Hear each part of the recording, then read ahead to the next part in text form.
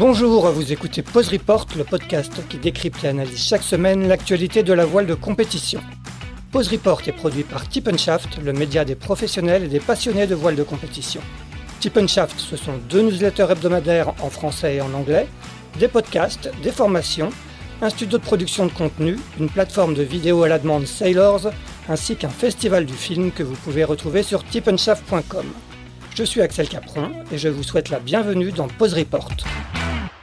Bonjour à tous et bienvenue dans ce 160e épisode de Pause Report, le podcast hebdomadaire de Tip & Shaft qui explique, décortique, décrypte et analyse l'actualité de la voile de compétition sous toutes ses coutures en compagnie des meilleurs experts. Je suis Maxime Cogny car Axel Capron a droit à quelques jours de vacances. Nous sommes le lundi 15 avril, il est 17h20 et on va parler voile olympique car on connaît désormais le nom des 14 marins, 7 garçons, 7 filles, parité parfaite, qui composeront l'équipe de France aux Jeux de Paris 2024. Une équipe qui a été officiellement présentée à la presse ce lundi à Marseille sur le site des épreuves olympiques. Nos invités du jour sont justement à Marseille. Le premier qui a été directeur de l'équipe de France est aujourd'hui directeur technique national de la Fédération française de voile. Il s'agit de Guillaume Chiellino. Bonjour Guillaume. Bonjour à toutes et à tous. Et le deuxième invité à vos côtés, médaillé de bronze de FIN au JO de Londres en 2012. Il vient régulièrement parler voile olympique dans Pause Report et sera par ailleurs consultant voile sur France Télé pendant les Jeux. Il s'agit de Jonathan Laubert. Bonjour John. Bonjour à tous. Vous êtes bien installés, messieurs, tout va bien? Impeccable. Face à la rade sud de Marseille. Face à la rade sud de Marseille, justement, qui sera au cœur des débats dans les minutes qui viennent. Messieurs, avant de vous donner la parole, petit rappel sur les épreuves au programme de ces JO de Paris 2024. Elles se disputeront du 28 juillet au 8 août à Marseille et seront au nombre de 10 épreuves, 4 masculines, 4 féminines et 2 mixtes. Pour la sélection française dévoilée ce lundi, ont été retenues. Hélène Noesmoen, Nicolas Gonard en planche à voile IQ Foil, c'est un nouveau support au jeu. Autre nouveau support, le kite foil. Les deux sélectionnés sont Lauriane Nolo et Axel Mazella. Eux seront en double Camille Lecointre, Jérémy Mion en 4,70. En double mixte aussi Loubert Aumieux, Tim Mourniac en Accra 17. Pour le dériveur, l'Ilka 6, anciennement laser radial chez les femmes, c'est Louise Cervera qui représentera la France, toujours en dériveur. Ce sera Jean-Baptiste Bernaz. Et pour le 49er, Erwan Fischer, Clément Péquin seront en duo. Chez les filles, on retrouvera l'équipage Charline Picon, Sarah Steyert. Je parle sous votre contrôle. Messieurs, Guillaume Chiellino notamment, tout va bien. La liste est complète. C'est la crème de la crème, parce qu'on rappelle qu'au JO, contrairement à un championnat du monde, il ne peut pas y avoir plusieurs Français en lice dans chacune des disciplines. La crème de la crème, donc. Et oui, c'est toute la difficulté pour ceux et celles qui sont pas retenus, c'est que dans notre sport, malheureusement, il y en a un seul qui va aux Jeux Olympiques. Si on devait citer un exemple, celui qui me vient en tête, c'est les kites féminins. Ou au dernier championnat d'Europe, qui était un championnat d'Europe Open, donc en plus des Européens, il y avait des nations étrangères à l'Europe qui étaient présentes. En filles, c'est 3 Françaises qui ont fait première, deuxième et troisième. Et malheureusement, pour elles, on pouvait en choisir qu'une seule. Il y a qu'une seule Française, Lauriane Nolo, qui participera au jeu. Donc c'est vrai que c'est cruel pour Jessie et Poema qui ont pas été retenus, mais voilà, c'est la règle de notre sport. C'est la règle, ça veut dire qu'il a fallu faire des choix, on y reviendra justement. Mais si on fait un petit tour, démarrons par les derniers noms connus. Loubert Aumieux, Tim Mourniac, ils ont pris le dessus sur le duo Billy Besson, Noah Ancien. Ils ont terminé 4e lors de l'étape de la Coupe du Monde de Palma il y a quelques jours. Ils reviennent de loin quand même avec la blessure au genou justement de Loubert Aumieux l'année dernière, les croisés, ménisques touchés. Ils sont là malgré tout, ça va tenir? Ah oui, ça va tenir. Lou est revenue plus forte que avant sa blessure.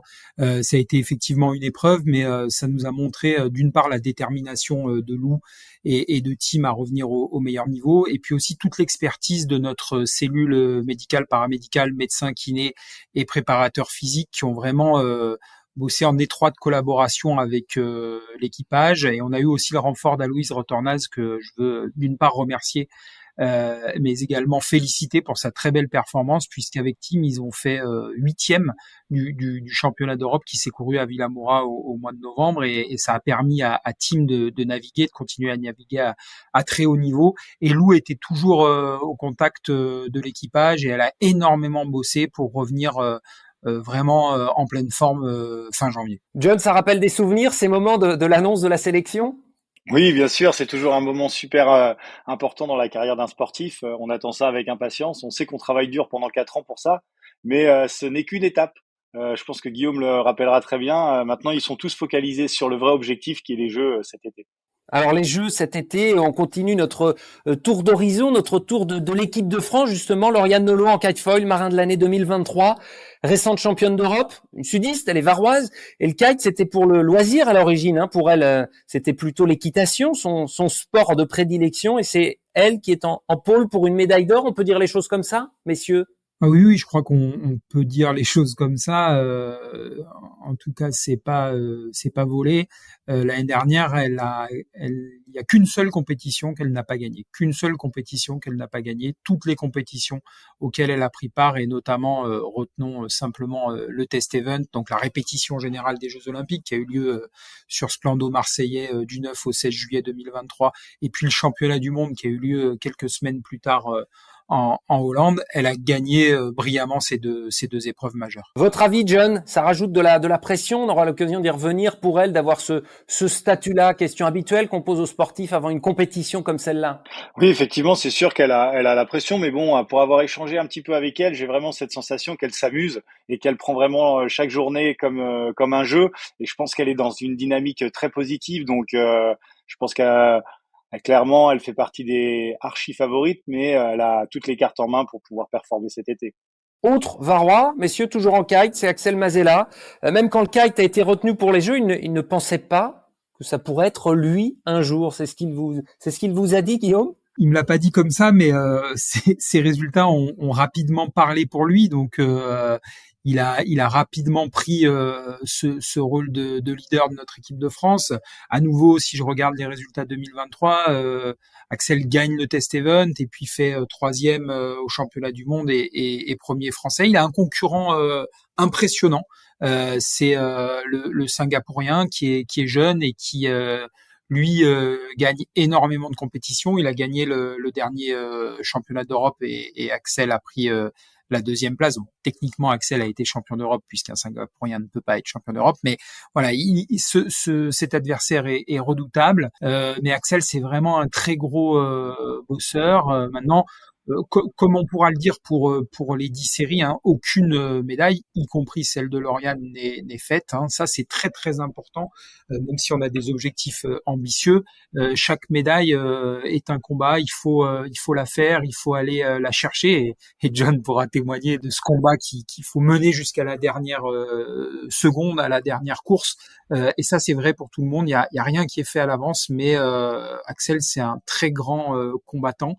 Et je pense que cet été, il peut nous ramener un très beau résultat. En 49er, Erwan Fischer, Clément Péquin, deux anciens adversaires de déçus des Jeux de Tokyo, non sélectionnés. Ce sont les premiers champions du monde français de l'histoire de la discipline. Ah oui, ça faisait un quart de siècle que nous tournions autour. Il y avait eu des quatrièmes places, il y avait eu une troisième place, une deuxième place qui remontait pour Mathieu Frey et Noé Delpech à 2018 déjà. Et puis là, cette performance spectaculaire d'Erwan et Clément, j'ai la chance de les avoir vus pendant ce championnat du monde. Alors je dis un petit peu en plaisantant, mais c'est la réalité, qu'ils allaient un tout petit peu plus vite que le Hollandais qui allait beaucoup plus vite que tous ses adversaires. Le Hollandais était oui, au passé, triple champion du monde sortant, en l'occurrence avec deux équipiers différents avant ce championnat. Il avait gagné 3 fois d'affilée le championnat du monde, et Erwan et Clément ont écrasé la concurrence. Ils étaient impressionnants pendant ce championnat. John, c'est simple ou pas de passer à concurrent, adversaire direct, à faire équipe? Non, c'est sûr que ça doit être quelque chose d'assez particulier à vivre, mais bon, ce qu'on peut voir, c'est qu'ils ont été très très solides, notamment sur une épreuve de référence comme un championnat du monde. En plus, il y avait l'enjeu de la qualification. Moi, je trouve que ça, c'est de très bon augure pour montrer leur capacité à se dépasser lors des grands événements. Et en tout cas, je pense que c'est un équipage sur lequel il va falloir garder un œil parce qu'il va se passer des choses très intéressantes pour eux, je pense, pendant les Jeux. Sur le 49er, je veux bien rajouter aussi que Pareil, en termes de choix, on a Lucas Rual et Émile Amoros qui représentaient la France aux derniers Jeux Olympiques, qui venaient d'être champions d'Europe, donc champions d'Europe au mois de novembre. Et puis là, un autre équipage français, Erwan et Clément, champions du monde. C'est une concurrence féroce. Et là encore, nouvel exemple où malheureusement pour Lucas et Émile, on n'en choisit qu'un seul. Et voilà, la performance des Erwan et Clément était sans appel. Mais c'est important aujourd'hui de rappeler qu'on a aussi Lucas et Émile qui ont fait une performance incroyable au championnat d'Europe. Il n'en reste un seul équipage pour les filles, également 49er FX en double. Les deux mamas, c'est comme ça qu'elles se surnomment. Charline Picon, 4e jeu au championnat olympique, vice-championne olympique en planche à voile avec Sarah Steyer, déjà 3 participations au jeu. C'est le choix de l'expérience. En tout cas, elles ont énormément d'expérience. Elles ont un potentiel incroyable. Charline connaît le chemin pour monter sur la boîte, comme on dit, pour finir sur le podium. C'est pas seulement ce choix-là, hein, puisque donc notre système de sélection était basé sur différentes étapes. D'abord une phase de candidature, donc les athlètes candidataient pour représenter la France aux Jeux. Le comité de sélection composé du président, du directeur de l'équipe de France et moi-même en tant que directeur technique national validait ou pas ces candidatures. À l'issue de cette phase-là, les athlètes recevaient la liste. Cette fois, il y en avait plusieurs des compétitions sur lesquelles il fallait performer. Alors en gros, c'était 4 ou 5 compétitions suivant les séries. Et ce qu'on avait demandé, c'était qu'il y ait de la performance sur ces épreuves. Et donc, effectivement, Sarah et Charline ont aussi montré sur certaines de ces épreuves une capacité à aller chercher une place dans les 10 premières. Et évidemment, aux Jeux Olympiques, ce que disait John est totalement vrai. Hein, on n'est pas là pour participer. C'était le fameux adage de Pierre de Coubertin, l'important n'est pas de gagner mais de participer. Ben, je n'y adhère évidemment plus du tout ou pas du tout. L'important, une fois qu'on est sélectionné, c'est d'aller chercher une médaille et c'est ce à quoi elles vont s'employer dans les 104 jours exactement qu'il leur reste à elles, puisque elles font partie des séries qui commenceront le 28 juillet. Guillaume, ce sont tes mots, tu disais tout à l'heure cruel quand certains vont rester à la maison, même si tu nous expliqueras leur rôle tout à l'heure. Il a quand même fallu trancher. Amélie Rioux, Lara Granier n'en seront pas donc à ces Jeux. On peut comprendre leur déception. Comment on les gère ces déceptions, parce qu'elle avait terminé 33e des mondiaux. Amélie Rioux 20e. Objectivement, la question se posait. Oui, bah c'est pour ça que j'ai dit que c'était cruel. C'est difficile pour les équipages qui ne sont pas retenus. Donc d'une part, le directeur de l'équipe de France les appelle pour leur annoncer la nouvelle, même si c'est pas une nouvelle agréable. On préfère que ce soit fait par un être humain plutôt que par un communiqué de presse. Et puis après, on se tient évidemment à la disposition de l'équipage pour construire un projet si elles le souhaitent. Aujourd'hui, elles sont engagées sur la Women America's Cup. Elles font partie de l'équipe de France que la fédération a annoncé en fin d'année 2023. Donc elles sont sur ce projet-là, mais évidemment c'est difficile. Donc le choix, je l'ai expliqué, c'est la performance. On a mesuré quel équipage avait fait le plus de performances sur les épreuves de référence, et puis aussi comment on voyait une forme de potentiel pour aller chercher une médaille sur ces 100 prochains jours. Mais évidemment, pour celles et ceux qui sont pas retenus, c'est difficile. Nous sommes à leur écoute pour construire leur projet 2028 pour Lara et Amélie, mais il n'y a pas qu'elles. Donc on est à l'écoute et on comprend ce moment douloureux. Maintenant, le rôle d'un sélectionneur, quel qu'il soit, c'est justement, comme son nom l'indique, sélectionner. Et c'est pas simple parce que dans certains sports, en foot, il y en a 11 sur le terrain, mais il y en a, je crois, 23 qui sont sur la feuille de match. Nous, c'est pas le cas. Il y en a un seul équipage. C'est dur. Mais notre travail, c'est aussi de se tourner vers les 14 et de les préparer le mieux possible pour aller briller cet été. John, comment on fait pour rebondir? Tu parlais tout à l'heure d'Erwan et Clément, deux déçus des Jeux de Tokyo. C'est facile de dire tout de suite, allez, on se sert de ça pour penser à ce qui va se passer dans 4 ans? Oui, clairement, je pense que c'est un moteur.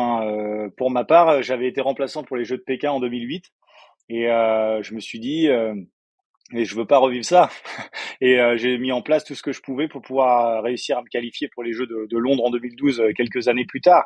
Et je pense que clairement, dans le cas de Clément et Erwan, ça a été certainement un des éléments qui leur a permis de performer et de se dépasser pour pouvoir être aujourd'hui les représentants français. Et je pense que pour Amélie et Lara et toutes celles qui n'ont pas été sélectionnées, elles vont pouvoir s'appuyer sur ça pour pouvoir construire un nouveau projet ambitieux pour Los Angeles 2028.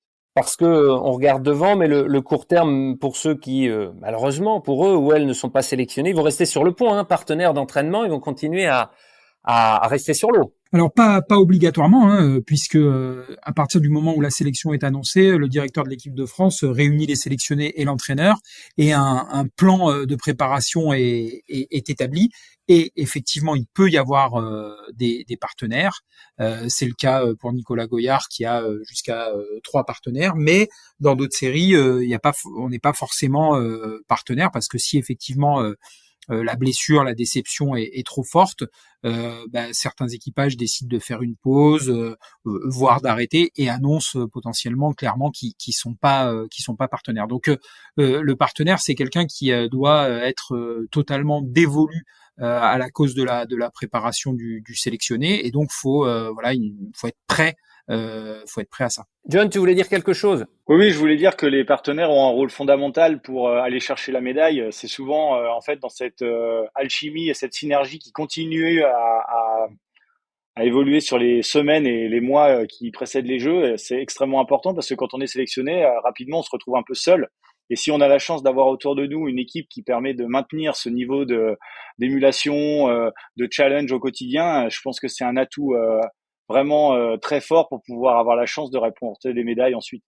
On continue notre tour de l'équipe de France et de cette sélection annoncée aujourd'hui à Marseille. Les Français qui ont brillé à Palma, on le disait, on peut citer Camille Lecointre, Jérémy Mion, encore au rendez-vous au Trofeo Princesse Sophia.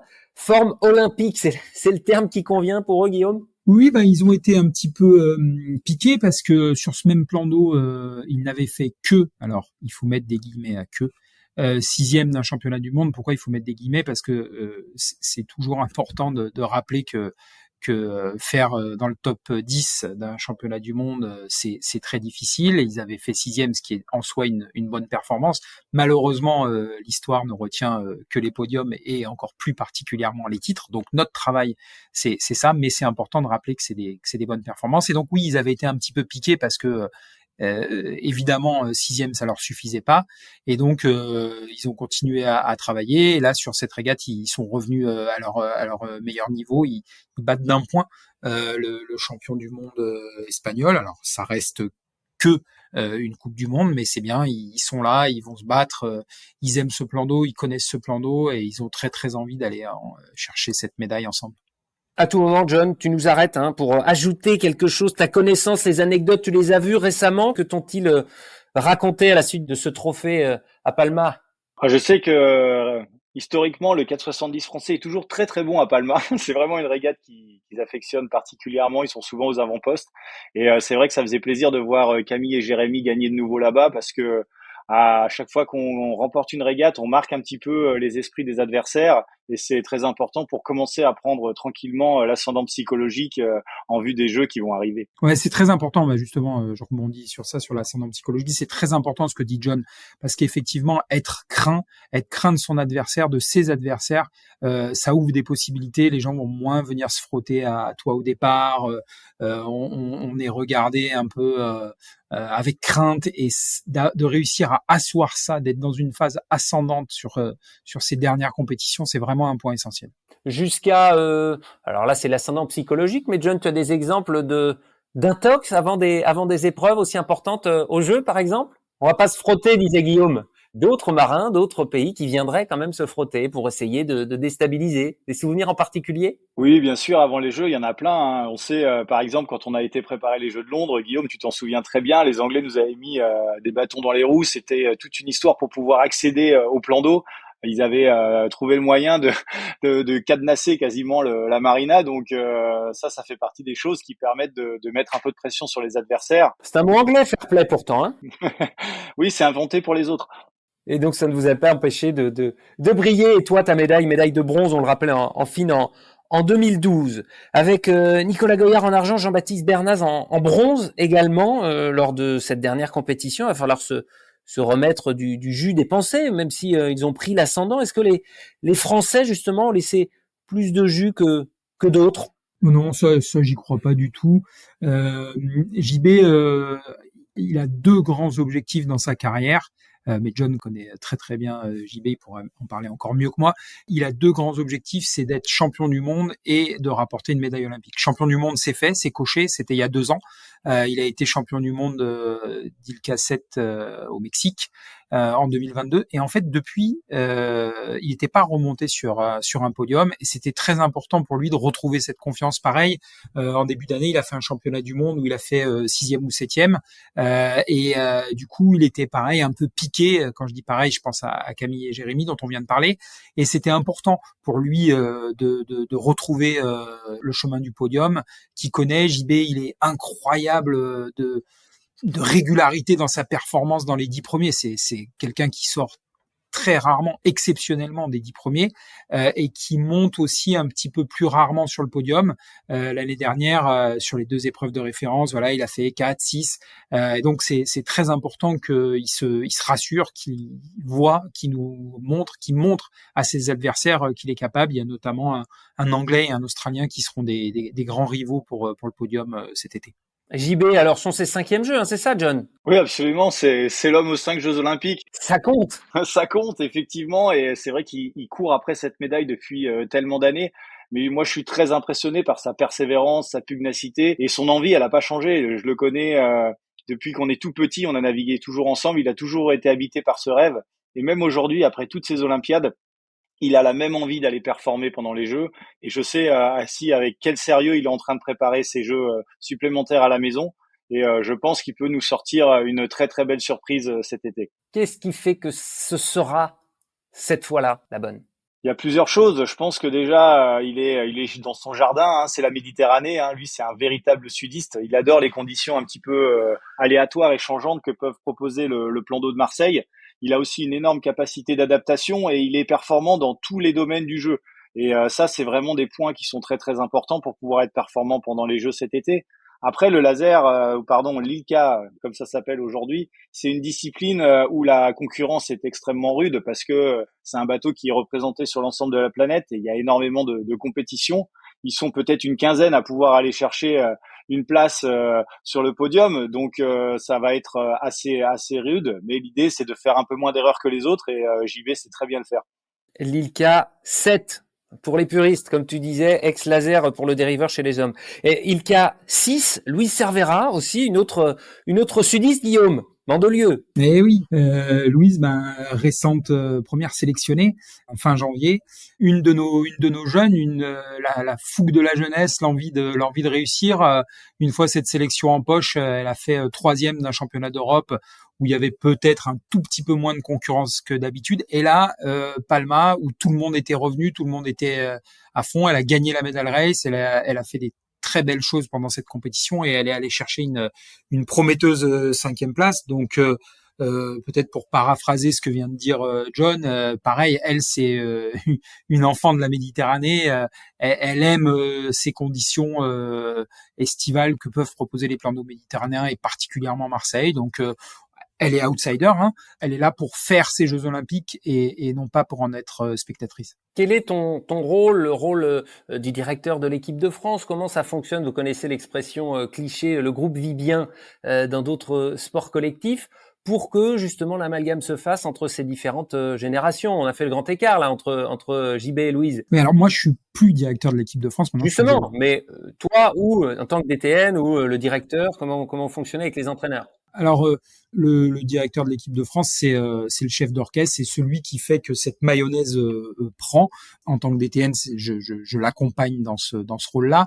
Donc dans les prochains jours, demain, on part faire un stage de cohésion. Tous les sélectionnés, tout le staff, tous les entraîneurs, donc en gros toutes les personnes qui vont vivre l'histoire des Jeux Olympiques vont passer finalement 15 jours ensemble, puisque on va faire 4 jours de stage et dans la foulée on va partir à Hyères pour notre fameuse semaine olympique. Et donc le groupe va vivre ensemble, va apprendre à se connaître. Alors, pour beaucoup, on a déjà fait le test event ensemble l'année dernière.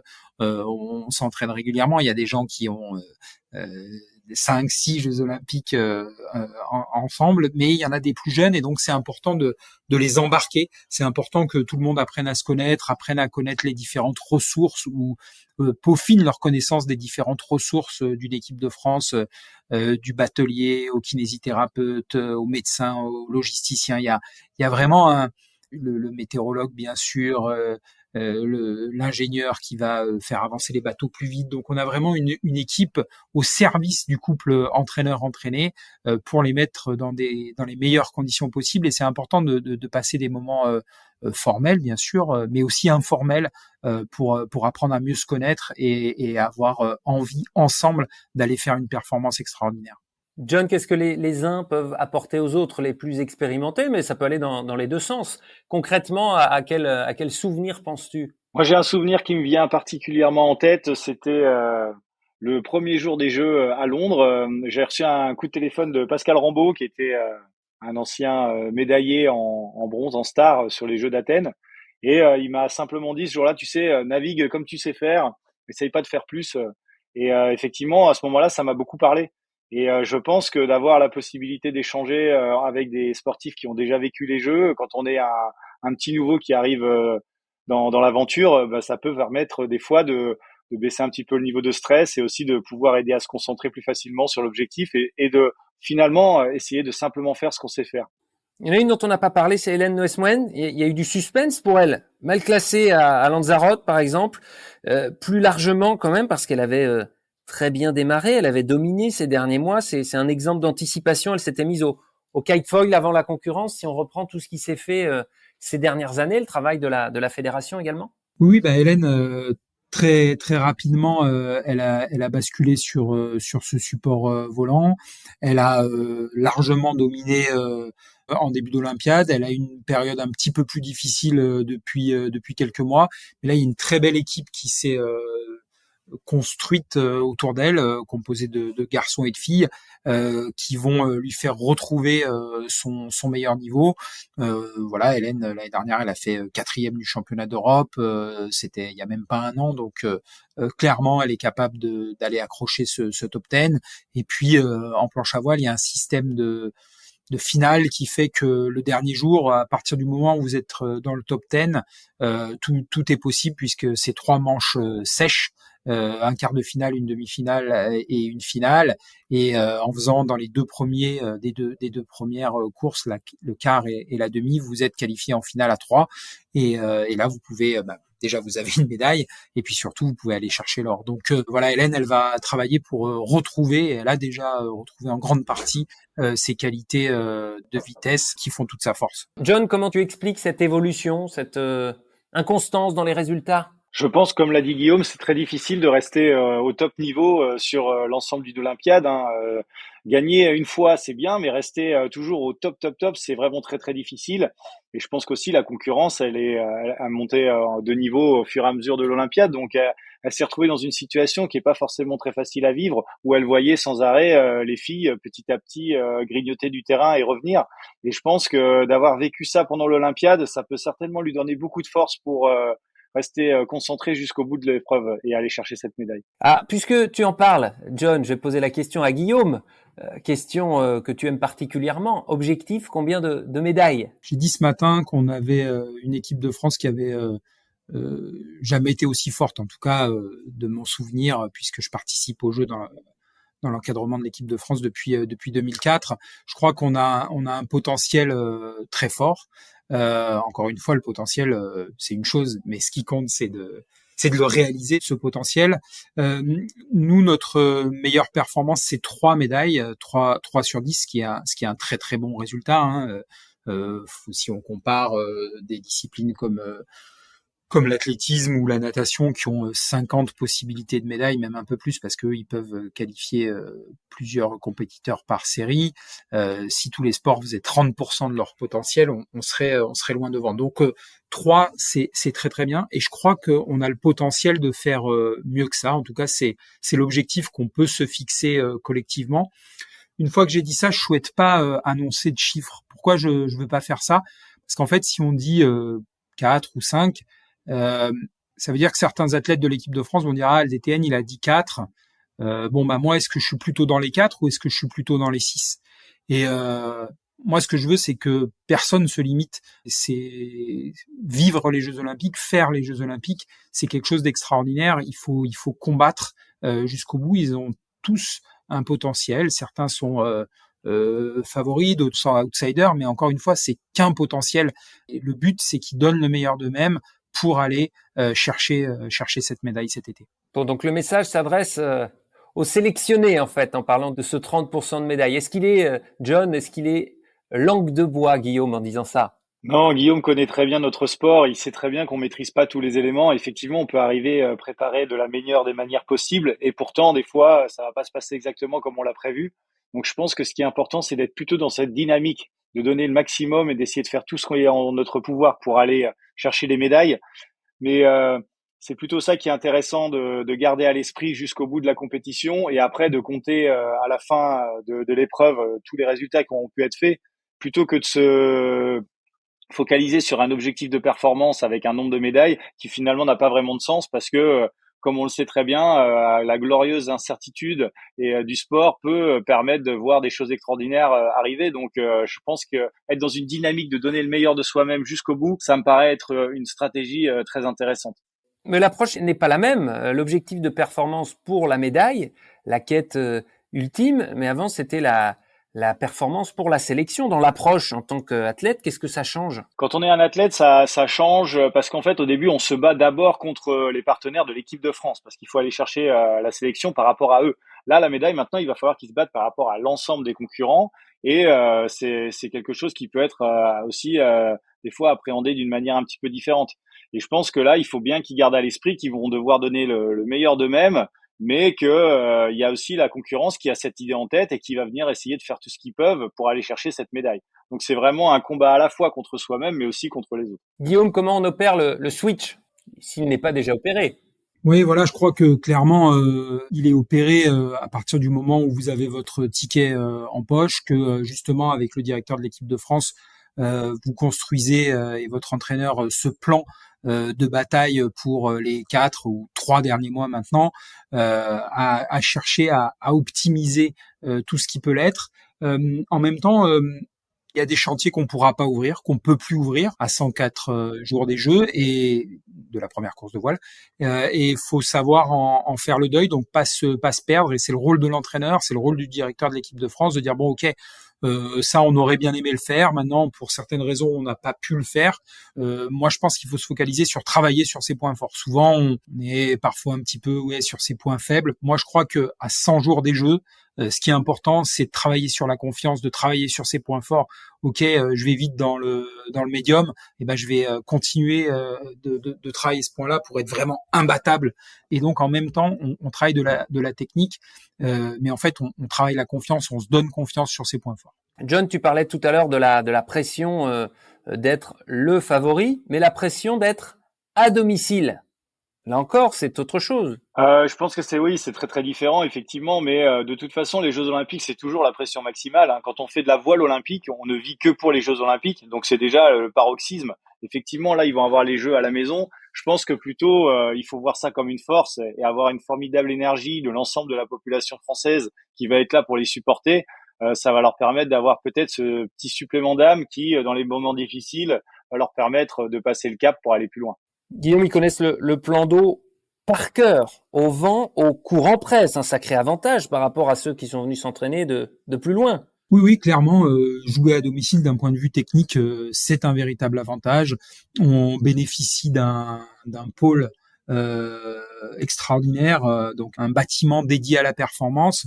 On a une chance incroyable, c'est que habituellement on touche l'héritage après le fait générateur, qui est en l'occurrence les Jeux Olympiques, et cette fois on a touché une très très belle avance sur héritage puisqu'on bénéficie de cette structure depuis maintenant plus d'une année.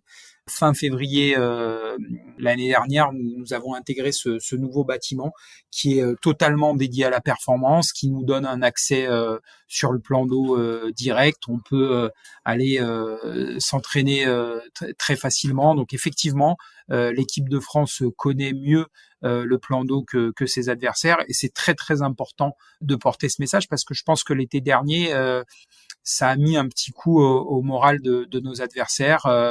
Donc tous les éléments objectifs et subjectifs sont importants en voile.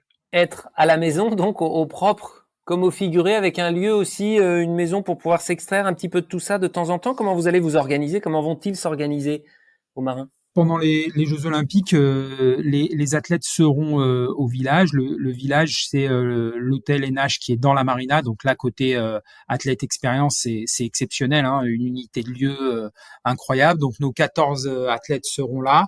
On a aussi une base arrière qui est juste en face de la marina, où on a une maison avec un très grand jardin dans lequel seront dispensés les soins, la récupération.